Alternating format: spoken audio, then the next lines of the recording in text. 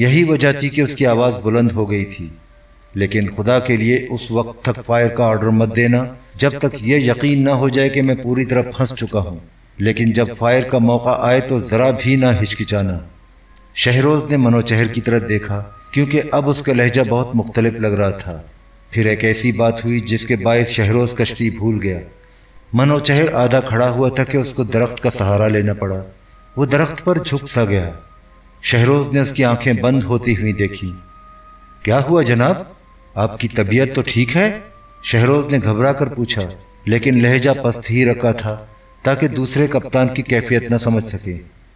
میں ٹھیک ہوں، منوچہر نے بمشکل کہا، بس میرا سر چکرا گیا تھا، میں بالکل ٹھیک ہو جاؤں گا۔ کیا اب بھی درد ہو رہا ہے؟ بہت زیادہ، لیکن ختم ہو جائے گا۔ آپ کی جگہ میں چلا جاتا ہوں، شہروز نے پیشکش کی۔ نہیں نہیں، منوچہر نے تیزی سے کہا، یہ کام میرا ہے، تمہارا نہیں۔ یہ کہتے ہوئے وہ بالکل سیدھا کھڑا ہو گیا، لیکن اس کا سر ایک طرف ڈھلک گیا۔ وہ اب بھی درخت کا سہارا لیے ہوئے تھا۔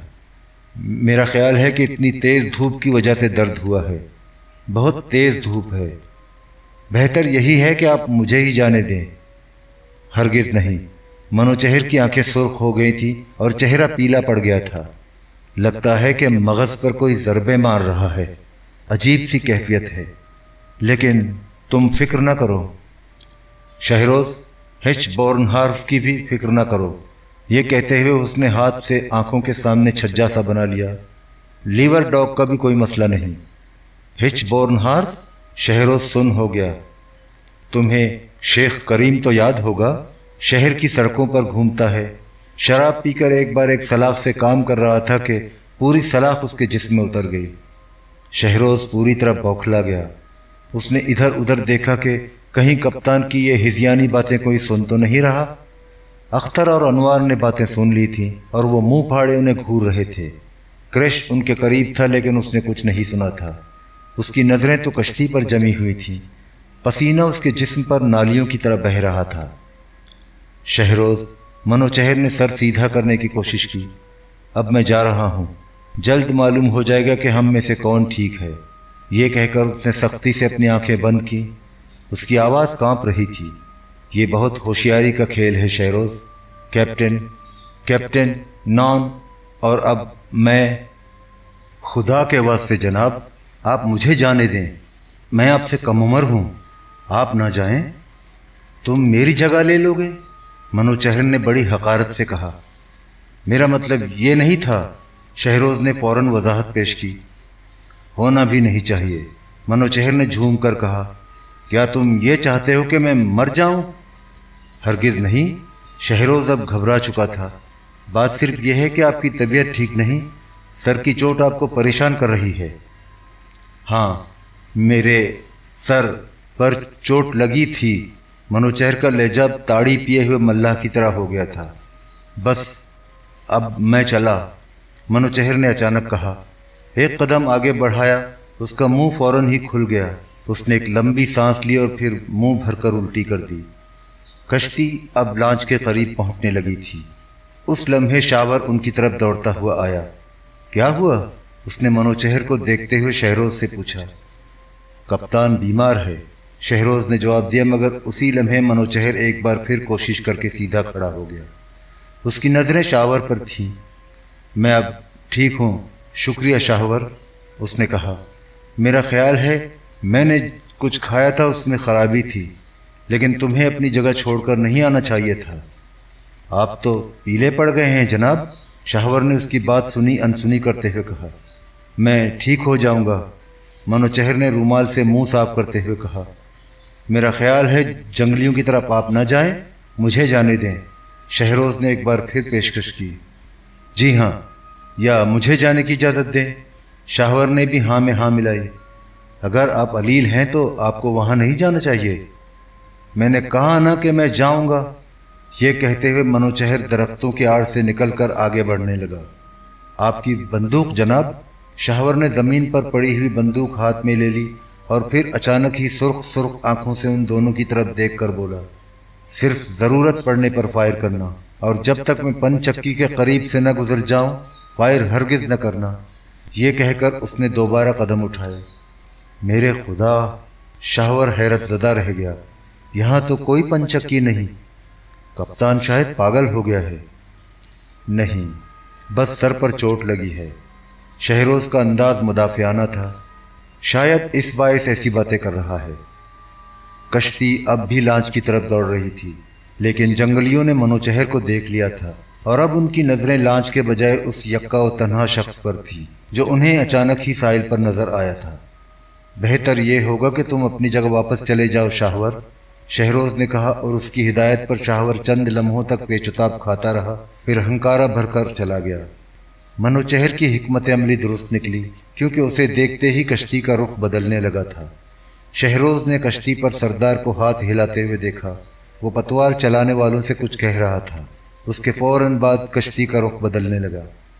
نشانہ لے کر چوکس بیٹھے رہو، شہروز نے اپنے ساتھیوں کو حکم دیا۔ اب منوچہر بندوق ہاتھوں میں اٹھائے ہوئے قدم بڑھا رہا تھا۔ وہ ساحل پر کافی دور چلا گیا تھا۔ اس نے یہ ہوشیاری کی تھی کہ وہ نوید کے نشانے کی راہ میں نہیں آیا تھا۔ پھر اسے کشتی پر موجود افراد کی باتوں کی آواز آنے لگی۔ وہ کوئی اجنبی زبان بول رہے تھے اور وہ سوچ رہا تھا کہ اس کی حکمت عملی کامیاب ہو رہی تھی۔ سکندر خان شاہور کے قریب تھا اور اب وہ بآواز بلند دعائیں مانگ رہا تھا۔ شاہور نے جو شہروز کے حکم پر پہلے ہی پیچ و تاب کھا رہا تھا، اپنی ساری جھلاہٹ سکندر خان پر اتار دی تھی۔ خاموش بیٹھے رہو بزدل آدمی، بندوق سنبھالو۔ سکندر خان نے کانپتے ہاتھوں سے بندوق اٹھا لی۔ کشتی جو ہی ساحل کے قریب پہنچی، شہروز نے منوچہر کا جسم اکڑتے ہوئے دیکھا۔ پھر کشتی ساحل سے لگ گئی۔ کئی افراد کشتی سے کودے اور انہوں نے کشتی کو مزید آگے کھینچ لیا، جبکہ باقی پانی میں کود کر کھڑے ہو گئے۔ جب ان سب نے پوزیشن سنبھال لی تو سردار اٹھا۔ اس کے ہاتھ میں عجیب سی ساخت کا خنجر تھا۔ وہ بہت موٹا آدمی تھا اور اس نے سایہ نما اسکرٹ پہن رکھا تھا۔ 4 افراد تیزی سے آگے بڑھے اور انہوں نے سردار کو اٹھا لیا۔ پھر انہوں نے موٹے سردار کو بڑی احتیاط سے ساحل پر رکھنے کے انداز میں اتار دیا۔ پہاڑی پر جو ملا تھے ان کو پسینہ آ چکا تھا اور خود شہروز بھی بندوق سے ہاتھ اٹھا کر بار بار اپنی ہتھیلیاں صاف کر رہا تھا۔ اس نے ایک بار پھر پسینہ صاف کر کے نشانہ لیا۔ اس نے سردار کے سینے کا نشانہ لیا تھا۔